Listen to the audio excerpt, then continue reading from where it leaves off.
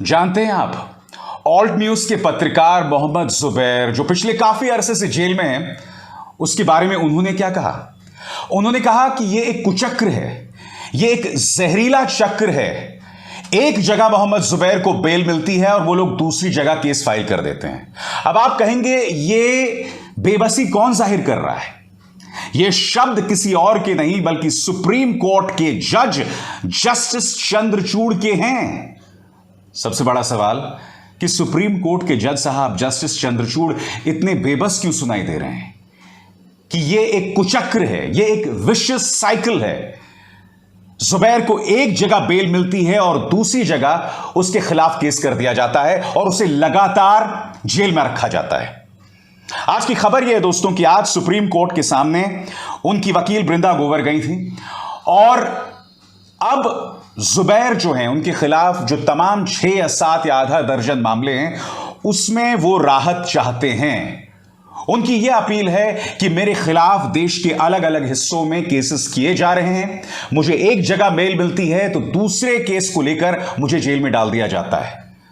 मगर आज supreme court इस मुद्दे को लेकर इस तरह की बातों का इजहार कर रहा था और ऐसे में मेरा सीधा सवाल, जब खुद जस्टिस चंद्रचूड़ ये बात कह रहे हैं कि ये एक जहरीला कुचक्र है, ये एक कुचक्र है, जब खुद जस्टिस चंद्रचूड़ कह रहे हैं कि एक तरफ उसे बेल मिलती है और दूसरी तरफ उसके खिलाफ केस कर दिया जाता है, तो सीधा सा सवाल, जुबैर अब भी जेल के अंदर क्यों है? आखिर क्या वजह है? क्यों खुद सुप्रीम कोर्ट इस तरह से बेबस क्यों सुनाई दे रहा है?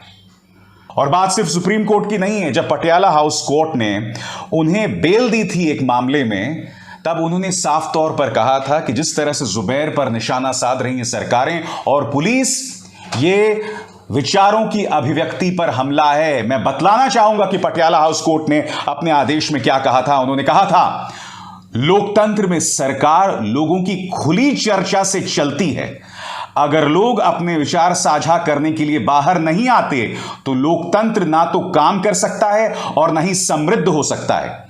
भारत के संविधान का अनुच्छेद 19(1)(a) अपने नागरिक को भाषण और अभिव्यक्ति की स्वतंत्रता देता है। निस्संदेह अभिव्यक्ति की आजादी एक लोकतांत्रिक समाज की सही नींव है।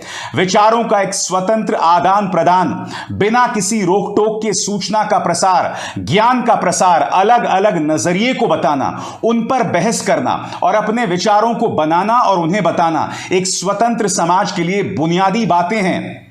यह स्वतंत्रता ही लोगों के लिए अपना सही विचार तैयार करने में उन्हें सक्षम बनाती है, ताकि वो एक स्वतंत्र समाज में अपने सामाजिक, आर्थिक और राजनीतिक अधिकारों का सोच समझकर इस्तेमाल करना जाने। मैं फिर पूछना चाहता हूं, पटियाला हाउस कोर्ट के इन खूबसूरत शब्दों के बाद क्या जुबैर को एक भी दिन जेल में रहना चाहिए? मगर वो शख्स जेल में है, उसका गुनाह क्या है दोस्तों? उसका गुनाह यह है, हालांकि उस मुद्दे पर उसे बेल मिल गई, उसका गुनाह यह है कि 1983 में एक फिल्म आई थी किसी से ना कहना, उसने उस पोस्टर को ट्वीट किया था। वो 2018 का ट्वीट था, उसको लेकर अब तक कोई चर्चा नहीं हुई। एक गुमनाम व्यक्ति उस पर पुलिस को लेकर केस करता है जिसका ट्विटर पर सिर्फ 1 फॉलोअर है और बाद में वो हैंडल गायब हो जाता है, मगर वो अपना काम कर देता है क्योंकि जुबैर जेल में है। इसके बाद सुदर्शन न्यूज चैनल, एक ऐसा चैनल जो अक्सर भड़काऊ, भ्रामक, झूठी खबरों का प्रचार प्रसार करता है, वो सुदर्शन न्यूज एक कार्यक्रम करता है जिसमें वो भ्रामक जानकारी दे रहा होता है। जुबैर सिर्फ इतना कहता है उत्तर प्रदेश पुलिस से कि यह चैनल जो जानकारी दे रहा है वो झूठी जानकारी है, क्योंकि उसमें मुसलमानों के धार्मिक स्थल के बारे में कुछ भ्रामक जानकारी थी। जुबैर उत्तर प्रदेश पुलिस से एक्शन की अपील कर रहा होता है, मगर उत्तर प्रदेश पुलिस जुबैर पर ही एक्शन ले लेता है और उन्हें गिरफ्तार कर लिया जाता है। आज जब सुप्रीम कोर्ट या फिर इससे पहले पटियाला हाउस कोर्ट अपनी चिंता जाहिर कर रहे थे तो उसकी वजह यह थी। मगर मैं माननीय अदालत से पूछना चाहता हूं कि आप इतने उदासीन क्यों हैं? जब आपको दिखाई दे रहा है ये सब कुछ, तो आपको स्वतः संज्ञान लेकर सुओ मोटो नोटिस जारी करना चाहिए था, एक्शन लेना चाहिए था। हमारे सामने इतनी मिसालें हैं जब कोर्टों ने, अदालतों ने स्वतः संज्ञान लेकर खुद मुद्दे की जानकारी लेकर उस पर एक्शन लिया है, उस पर फैसला सुनाया है। जुबैर का क्या सिर्फ इतना गुनाह है कि जब उसने नुपुर शर्मा की जहरीली बातों को दुनिया के सामने रखा और उसके बाद अंतर्राष्ट्रीय तौर पर उसकी प्रतिक्रिया हुई, जिसके चलते भारतीय जनता पार्टी को नुपुर शर्मा को बाहर का रास्ता दिखलाना पड़ा, उससे प्रधानमंत्री नरेंद्र मोदी की छवि भी आहत हुई थी, कम से कम अरब देशों में, कम से कम खाड़ी देशों में। क्या उसका गुनाह यह है?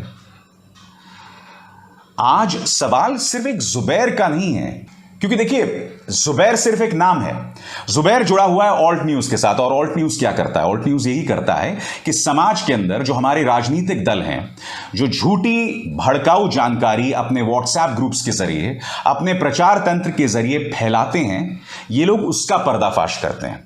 और सबसे बड़ी बात, क्या आप जानते हैं कि राजनीतिक दलों, खासकर बीजेपी का प्रचार तंत्र तो बहुत बड़ा है, और अगर वो झूठी जानकारी का प्रचार प्रसार भी करते हैं और अगर ऑल्ट न्यूज उसका पर्दाफाश भी कर दे, तो उस झूठी जानकारी पर कोई असर नहीं पड़ता। उस झूठी जानकारी की सेहत पर कोई असर नहीं पड़ता, क्योंकि पहले ही वो करोड़ों लोगों तक पहुंच चुकी है। ऑल्ट न्यूज बुनियादी तौर पर एक इंग्लिश प्लेटफॉर्म है जिसका हिंदी में भी अनुवाद होता है। वो लोग एक झूठी खबर का पर्दाफाश बेशक कर दें, मगर झूठ पहले ही अपना काम कर चुका होता है।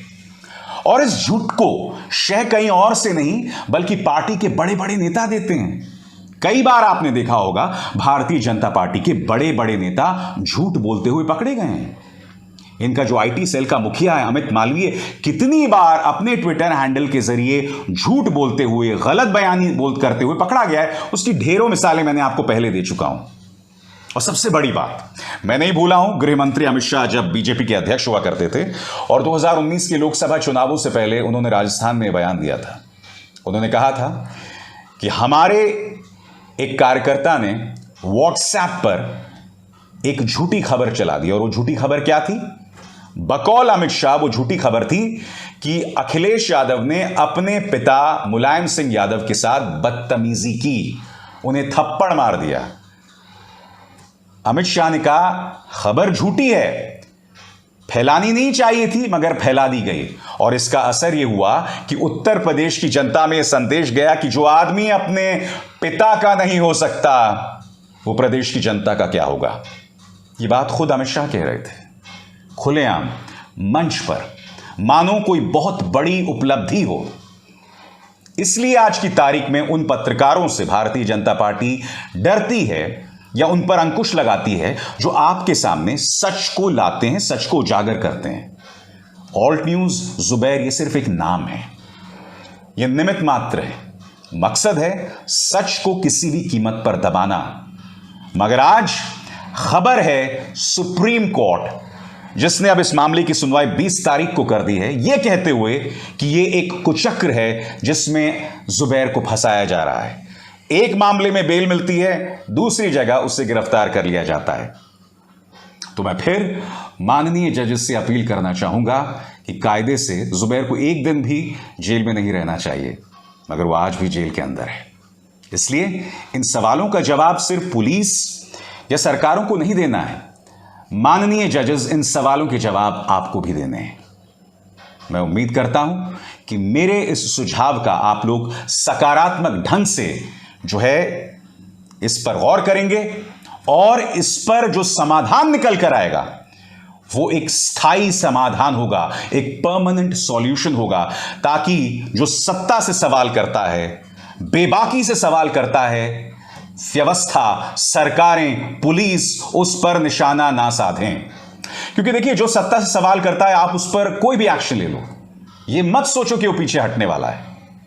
वो अपना फर्ज समझकर, इस देश का नागरिक होकर ये तमाम सवालात पूछता है, और वो जानता है कि इन सवालों को पूछने की कीमत क्या होती है। अभिसार शर्मा को दीजिए इजाजत। नमस्कार। स्वतंत्र और आजाद पत्रकारिता का समर्थन कीजिए, सच में मेरा साथी बनिए। बहुत आसान है दोस्तों, इस ज्वाइन बटन को दबाइए और आपके सामने आएंगे ये 3 विकल्प, इनमें से एक चुनिए और सच के इस सफर में मेरा साथी बनिए।